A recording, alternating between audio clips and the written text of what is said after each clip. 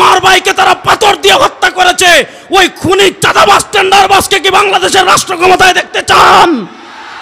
এবার তারা বলে বিকল্পকে, আমরা বলি বাংলাদেশের সবকিছুর বিকল্প ইসলাম। এবার ইসলামকে রাষ্ট্র ক্ষমতায় দেখার জন্য প্রস্তুত আছেন না নাই? আমরা আর জাতীয়তাবাদকে চাই না, ধর্মনিরপেক্ষতাকে চাই না, সব তন্ত্রমন্ত্র বাংলাদেশে শেষ। এবার রাষ্ট্র ক্ষমতায় ইসলামকে নেওয়ার জন্য আমার যুবকরা প্রস্তুত আছে না নাই? আমাদের বাংলাদেশের 54 বছরের মৌলিক সমস্যা হলো দুইটা। এই দুই সমস্যার এক সমস্যা, আমাদের দেশে 54 বছরে বাঙালি জাতীয়তাবাদের নামে ভারতীয় বয়ান আমদানি করা হয়েছে।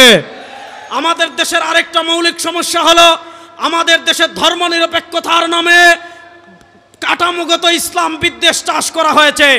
54 বছর আপনারা জাতীয়তাবাদকে দেখেছেন, 54 বছর আপনারা ধর্মনিরপেক্ষতাকে দেখেছেন, 54 বছর আপনারা মুক্তিযুদ্ধের কথিত পক্ষের শক্তিকে বলেছেন ক্ষমতায় দেখেছেন। কেউ খুন বন্ধ করতে পারে নাই, চাঁদাবাজি বন্ধ করতে পারে নাই, টেন্ডারবাজি বন্ধ করতে পারে নাই, দুর্নীতি বন্ধ করতে পারে নাই, দেশের টাকা বিদেশে পাচার করা বন্ধ করতে পারে নাই। আমার ভাইকে তারা পাথর দিয়ে হত্যা করেছে।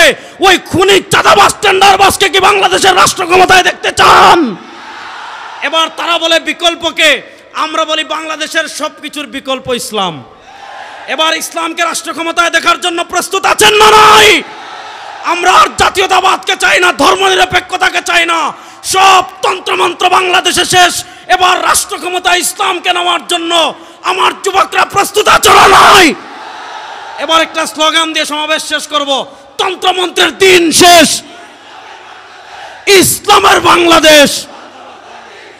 তন্ত্রমন্ত্রের দিন শেষ, ইসলামের বাংলাদেশ। তন্ত্রমন্ত্রের দিন শেষ। নারায়ে তাকবীর। সবাইকে ধন্যবাদ। আসসালামু আলাইকুম।